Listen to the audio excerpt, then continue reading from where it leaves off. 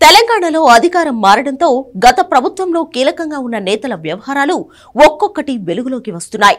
ఆర్మూర్ జీవన్ రెడ్డి, ఆ తర్వాత షకీల్, ఇప్పుడు మల్లారెడ్డి బాధితులు ఒక్కొక్కరిగా బయటకు వస్తున్నారు. తమ భూములు మల్లారెడ్డి కబ్జా చేశారని, ఆ మధ్య గిరిజనులు పోలీస్ స్టేషన్ కు వెళ్లిన ఘటనపై చర్చ జరుగుతుండగానే మల్లారెడ్డి మళ్లీ చిక్కుల్లో పడ్డారు. తమ భూములు కబ్జా చేశారని ప్రజావాణిలో తమ సమస్య చెప్పుకునేందుకు మేడ్చల్ జిల్లా గుండ్లపోచంపల్లికి చెందిన 600 మంది బాధితులు తరలివచ్చారు. శ్రీ మల్లికార్జున నగర్ వెల్ఫేర్ డెవలప్మెంట్ సొసైటీలో తమ భూములను మల్లారెడ్డి కబ్జా చేశారంటూ ఫ్లెక్సీలతో ప్రజాభవన్ ముందు ఆందోళనకు దిగారు. మల్లారెడ్డిపై చర్యలు తీసుకుని తమకు న్యాయం చేయాలని డిమాండ్ చేశారు. ప్రజావాణి కార్యక్రమానికి మంచిర్యాల ఎమ్మెల్యే ప్రేమ్ సాగర్ రావు బాధితులు కూడా ఆందోళనకు దిగారు.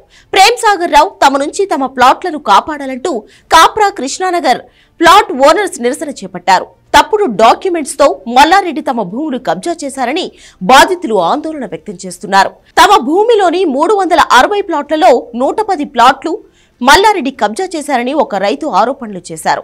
తమకు జరిగిన అన్యాయం గురించి ప్రశ్నిస్తే అధికారం అడ్డం పెట్టుకుని బెదిరింపులకు పాల్పడ్డారని, గతంలోనూ దీనిపై న్యాయ పోరాటం చేసినా ప్రయోజనం లేకుండా పోయిందని వాపోతున్నారు. కనీసం ఇప్పుడైనా కాంగ్రెస్ గవర్నమెంట్, రెవెన్యూ అధికారులు తమకు న్యాయం చేయాలని వినతులు ఇస్తున్నారు. ఇప్పటికైనా సీఎం రేవంత్ తమకు న్యాయం చేస్తారనే నమ్మకంతో ప్రజావాణికి వచ్చామని బాధితులు చెబుతున్నారు. దీంతో ఇప్పుడు మల్లారెడ్డి వ్యవహారంలో ఏం జరగబోతుంది? మరో కేసు నమోదవడం ఖాయమా అనే చర్చ మొదలైంది.